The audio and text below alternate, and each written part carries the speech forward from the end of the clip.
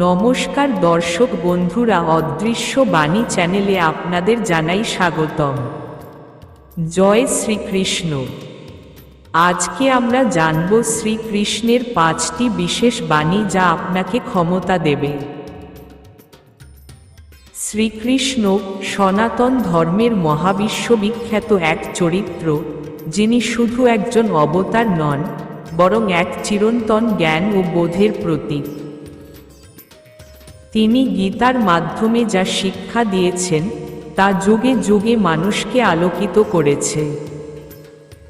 তার প্রতিটি বাণী এক একটি শক্তির উৎস। এই লেখায় আমরা শ্রীকৃষ্ণের এমন 5টি বিশেষ বাণী তুলে ধরব, যা যদি আপনি হৃদয়ে ধারণ করেন, তবে আপনি নিজের জীবনের সমস্ত বাধা অতিক্রম করতে পারবেন। বাণী 1, কর্মে অধিকার আছে, ফলে নয়। মূল বাণী: কর্মণ্যেবাধিকারস্তে মা ফলেষু কদাচন, মা কর্মফলহেতুর্ভূর্মা তে সঙ্গস্ত কর্মণি। ব্যাখ্যা: এই বাণীর মাধ্যমে কৃষ্ণ আমাদের শিক্ষা দেন যে আমরা শুধুমাত্র কর্ম করার অধিকারী, কিন্তু ফলের উপরে আমাদের অধিকার নেই। আমরা প্রায়ই আমাদের চেষ্টা শুরু করার আগেই ফল নিয়ে ভাবি, কি হবে, সফল হব তো? এই চিন্তা আমাদের দুর্বল করে তোলে। শ্রীকৃষ্ণ বলেন, আপনি যদি নিজের কর্তব্য নিষ্ঠার সঙ্গে করেন, তবে ফল যাই হোক না কেন, আপনি জয়ী। কারণ প্রকৃত শক্তি কর্মের মধ্যে লুকিয়ে থাকে, ফলের মধ্যে নয়। এই বাণী থেকে আপনি কি শিখবেন? দুশ্চিন্তা না করে কাজ করুন। ফলকে নিয়ন্ত্রণ করতে না চেয়ে নিজের প্রচেষ্টা নিয়ন্ত্রণ করুন। আপনি যদি নিজের কাজের প্রতি সৎ থাকেন, জীবন আপনাকে তার সেরা উপহারই দেবে। প্রশ্ন: আপনি কি আজ পর্যন্ত কোনো কাজে শুধু নিজের সৎ প্রচেষ্টা দিয়েছেন, ফল না ভেবে? হ্যাঁ, জীবনে আমরা অনেক সময় এমন কিছু কাজ করি যেখানে মূল লক্ষ্য থাকে নিজের কর্তব্য পালন করা, ফল লাভ নয়। আমার ক্ষেত্রেও এমন একটি অভিজ্ঞতা রয়েছে, যা আজও মনে পড়লে মনে হয়, সততার সঙ্গে কাজ করলে, ফল চিন্তা না করলেও প্রকৃতি নিজেই প্রতিদান দেয়। একবার আমি একটি সামাজিক প্রকল্পে স্বেচ্ছাসেবকের কাজ করি। সেটি ছিল গ্রামের দরিদ্র শিশুদের জন্য একটি শিক্ষামূলক কর্মশালা। আমাদের কোনো আর্থিক লাভ ছিল না, বরং নিজ খরচে যাতায়াত ও খরচ করতে হতো। অনেকেই প্রশ্ন করেছিল, এই কাজ করে কি লাভ? কিন্তু আমি তখন ভাবিনি লাভ ক্ষতির কথা, শুধু একটাই অনুভব কাজ করেছিল, এই শিশুদের জীবনে কিছু ইতিবাচক পরিবর্তন আনতে পারি কি না। প্রতিদিন সকালে উঠে কয়েক কিলোমিটার হেঁটে গিয়ে পড়াতে বসতাম। কখনো বিদ্যুৎ থাকতো না, কখনো উপকরণ মিলত না, তবুও একটানা 1 মাস কাজ চালিয়ে যাই। ফল কি হলো? একদিন এক ছোট মেয়ে আমার হাতে একটি চিঠি ধরিয়ে দিল। সেখানে লেখা, ভাইয়া, আমি বড় হয়ে আপনাদের মতো মানুষের উপকার করব। সেই মুহূর্তে আমি বুঝতে পারি, আমি ফলের জন্য কাজ করিনি, কিন্তু সৎ প্রচেষ্টা নিজেই একটি অমূল্য ফল তৈরি করেছে, কারো জীবনে আশা জাগিয়েছে। এই অভিজ্ঞতা আমাকে শিখেছে, যদি কাজ করি নিঃস্বার্থভাবে, নিষ্ঠা দিয়ে, তবে তার ফল নিজেই সময়মতো ফিরে আসে। হয়তো ঠিক যেমনটা আমরা চাই না, কিন্তু যেমনটা আমরা প্রাপ্য। সত্যিকারের চেষ্টা নিজেই সফলতা। বাণী 2, যে নিজেকে জয় করেছে সে আসল বিজয়ী। মূল বাণী। বন্ধুরাত্মাত্মনস্তস্য যে নাটময়ীবাত্মনা জিত, অনাত্মনস্তু শত্রুত্বে বর্তেতাত্মৈব শত্রুবৎ। ব্যাখ্যা। শ্রীকৃষ্ণ এখানে বলছেন, নিজের মনকে জয় করতে পারা মানেই প্রকৃত বিজয়। আমরা যতই বাইরের দুনিয়ায় সফল হই না কেন, যদি নিজের ভয়, লোভ, রাগ, হতাশাকে জয় করতে না পারি, তবে আমরা পরাজিতই থাকি। কতজন মানুষ আছে যারা কোটি টাকা উপার্জন করেও মানসিক শান্তি খুঁজে পান না? কারণ তারা নিজেদের ভেতরের শত্রুকে জয় করতে পারেননি। এই বাণী থেকে আপনি কি শিখবেন? প্রতিদিন নিজের ভেতরের দুর্বলতাকে চিহ্নিত করুন। ধ্যান, আত্মজিজ্ঞাসা, শুদ্ধ চিন্তা আপনাকে শক্তিশালী করে তুলবে। নিজেকে জয় করতে পারলেই বাইরের সবকিছু সহজ হয়ে যায়। প্রশ্ন: আপনি প্রতিদিন নিজের কোন অভ্যাসটিকে জয় করতে চাচ্ছেন? আমার জীবনে এমন একটি অভ্যাস রয়েছে যা প্রতিদিনের কাজের গতিপথকে প্রভাবিত করে, তা হল প্রোক্রাস্টিনেশন, অর্থাৎ কোনো কাজ সময়মতো না করে পড়ে ফেলে রাখা। আমি জানি এটি এক মারাত্মক অভ্যাস, কারণ এটি শুধু সময় নষ্ট করে না, বরং আমার আত্মবিশ্বাসকেও ধ্বংস করে। প্রতিদিন সকালেই পরিকল্পনা করি, এই কাজটি করব, এই অধ্যায়টা শেষ করব বা ভিডিওর স্ক্রিপ্ট লিখব। কিন্তু অনেক সময়ই দেখি মোবাইল স্ক্রোল করতে করতে সময় চলে যাচ্ছে, মনের অজান্তেই কাজ পিছিয়ে যাচ্ছে। পরে মাথার ওপর কাজ জমে পাহাড় হয়ে দাঁড়ায় এবং আমি মানসিক চাপে পড়ে যাই। তাই আমি সিদ্ধান্ত নিয়েছি, প্রতিদিন অন্তত একটি গুরুত্বপূর্ণ কাজ ঠিক সময়ে শেষ করব, তা যত ছোট হোক না কেন। আমি টাইমার সেট করি, পোমোডোরো টেকনিক ব্যবহার করি, 25 মিনিট কাজ, 5 মিনিট বিরতি। এতে মনোযোগ ধরে রাখতে সুবিধা হয়। এই অভ্যাসকে জয় করতে গিয়ে আমি বুঝেছি, আত্মনিয়ন্ত্রণ শুধু বাহ্যিক অনুশাসনের বিষয় নয়, এটা মন ও মস্তিষ্কের এক অভ্যন্তরীণ সংগ্রাম। প্রতিদিন এই যুদ্ধ আমি জিততে পারি না, কিন্তু প্রতিদিন এক ধাপ এগিয়ে যাওয়ার চেষ্টা করি। এই অভ্যাস জয় করতে পারলে আমি নিশ্চিত, আমার জীবনের অনেক রকম সাফল্য ধরা দেবে। কারণ সময়ের সঠিক ব্যবহারই মানুষকে সবার থেকে এগিয়ে রাখে। জীবনের প্রতিটি মুহূর্ত মূল্যবান, তাই আজকের কাজ আজই শেষ করাই আমার প্রধান লক্ষ্য। বাণী 3: আত্মা কখনো মরে না, সেটি অজন্মা, চিরন্তন। মূল বাণী: ন জায়তে ম্রিয়তে বা কদাচিন্নায়ম, ভূতা ভবিতা বা নভূ, অজ নিত্য শাশ্বত অং পুরানো, ন হন্যতে হন্যমান শরীরে। ব্যাখ্যা। এই বাণী শোনার পর মন আর মৃত্যুকে ভয় পায় না।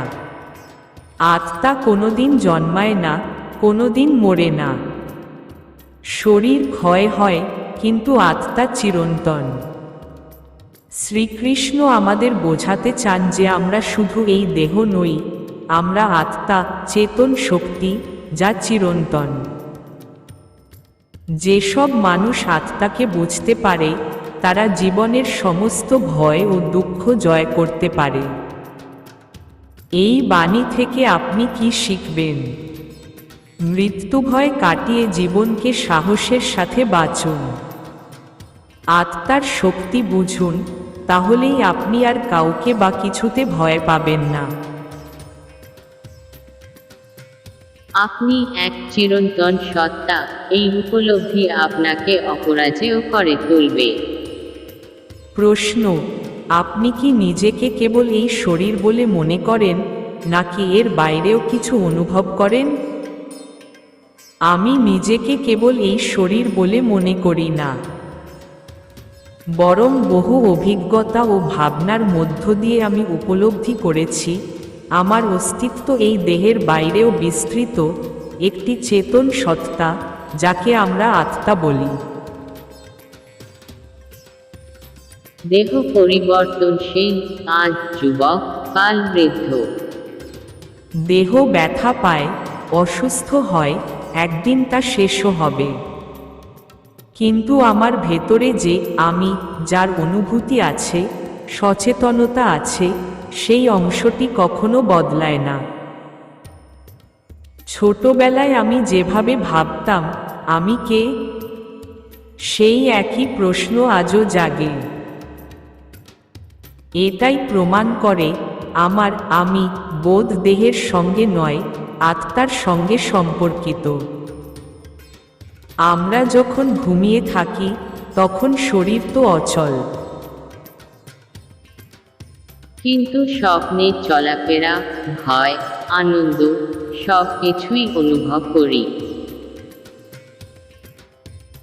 তাহলে সেই সময় আমি কে?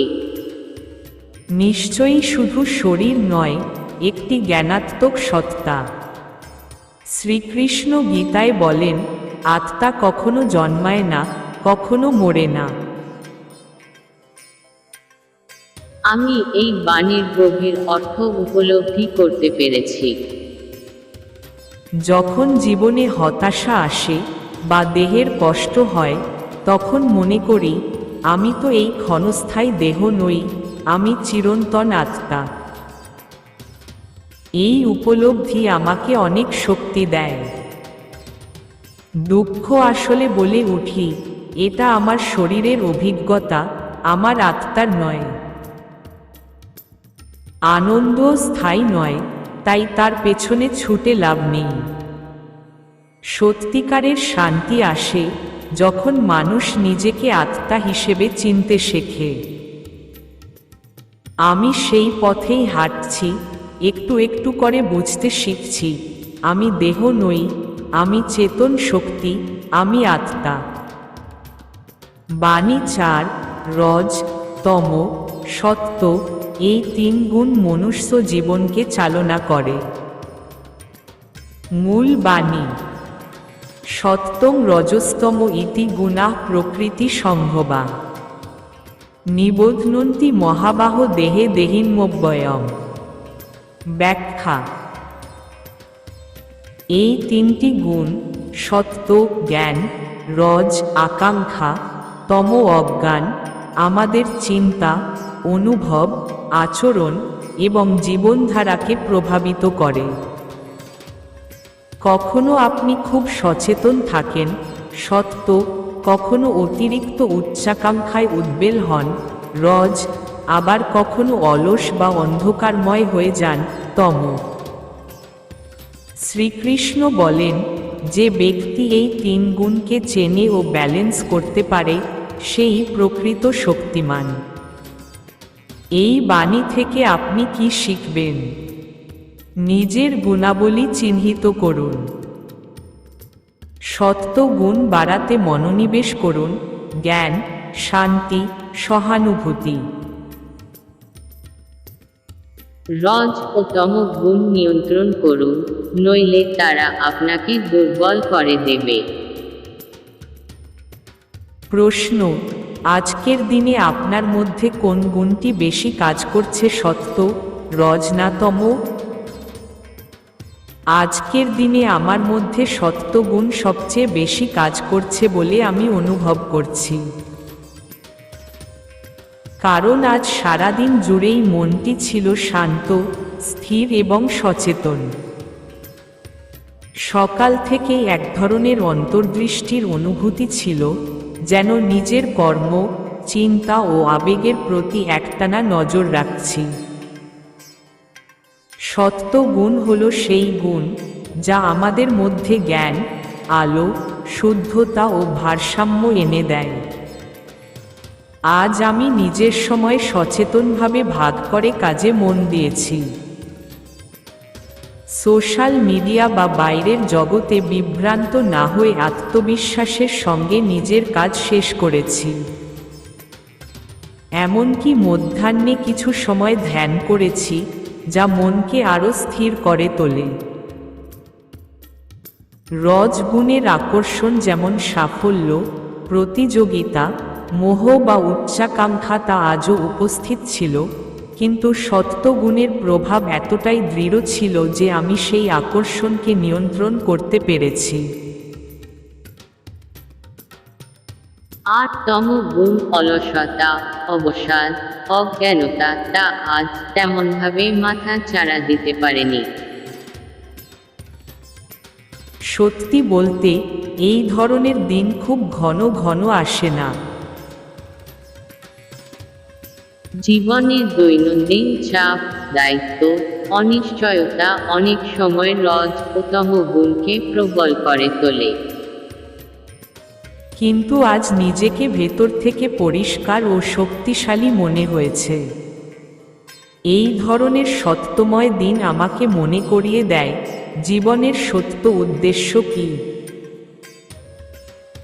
শুধু বাহ্যিক সাফল্য নয়, আত্মিক উন্নতি চূড়ান্ত লক্ষ্য।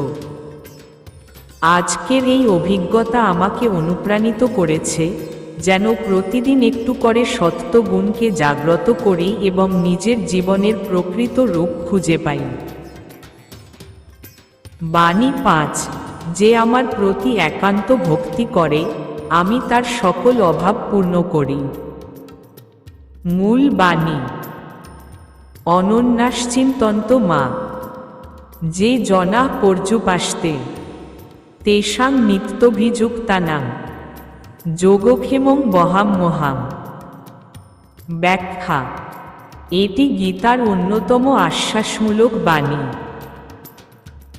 কৃষ্ণ এখানে বলছেন, যে ব্যক্তি শুধুমাত্র তার উপর পূর্ণ বিশ্বাস রেখে কাজ করে, তার জীবনে তিনি নিজে নিরাপত্তা, খাদ্য, আশ্রয় সব কিছুর যোগান দেবেন। এখানে ঈশ্বরের প্রতি নির্ভরতা এবং একান্ত ভক্তি কতটা গুরুত্বপূর্ণ তা বোঝানো হয়েছে। আমরা অনেক সময় মনে করি, আমি তো একা, কে আমার দেখবে? কিন্তু এই বাণী বলে, শ্রীকৃষ্ণ নিজে দেখবেন, যদি আপনি তাকে বিশ্বাস করেন। এই বাণী থেকে আপনি কি শিখবেন? ঈশ্বরের প্রতি আস্থা ও বিশ্বাস রাখুন। আপনি একা নন, আপনার কর্মে ভক্তি থাকলে ঈশ্বর আপনাকে পথ দেখাবেন। নির্ভীক হয়ে এগিয়ে যান, কারণ আপনার অভিভাবক স্বয়ং কৃষ্ণ। প্রশ্ন: আপনি কি সত্যিই কৃষ্ণের উপর বিশ্বাস রাখতে পারেন যখন আপনার জীবন সংকটে থাকে? জীবনের কঠিন সময়ে কৃষ্ণের উপর বিশ্বাস রাখা সহজ কথা নয়, কিন্তু আমি বলতে পারি, হ্যাঁ, আমি চেষ্টা করি এবং সময়ের সঙ্গে সেই বিশ্বাস আরও দৃঢ় হয়েছে। সংকটের সময় মন দ্বিধান্বিত হয়ে পড়ে। প্রশ্ন জাগে, কৃষ্ণ কি আছেন? তিনি কি দেখছেন আমার কষ্ট? কিন্তু যখন গীতা পড়ি, তখন শ্রীকৃষ্ণের একটি কথা মনে পড়ে, যে আমার প্রতি একান্ত ভক্তি রাখে, আমি তার সব অভাব পূরণ করি। এই বাণী শুধু শব্দ নয়, বরং এক নিঃশর্ত আশ্বাস। আমি বহুবার জীবনে এমন পরিস্থিতির মুখোমুখি হয়েছি, যখন মনে হয়েছে সব কিছু শেষ হয়ে যাচ্ছে, কোনো পথ খোলা নেই, কেউ পাশে নেই। ঠিক তখনই কৃষ্ণের উপর ভরসা রেখে চুপচাপ নিজের কর্তব্য করে গেছি। তখন হয়তো ফল পাইনি সঙ্গে সঙ্গে, কিন্তু সময়ের সঙ্গে বুঝেছি, যে কিছু পাইনি সেটাও ছিল কৃষ্ণের পরিকল্পনা। কারণ পরবর্তীতে আরও ভালো কিছু এসেছে। বিশ্বাস মানে সবকিছু বুঝতে হবে এমন নয়, বিশ্বাস মানে না বুঝেও গ্রহণ করা।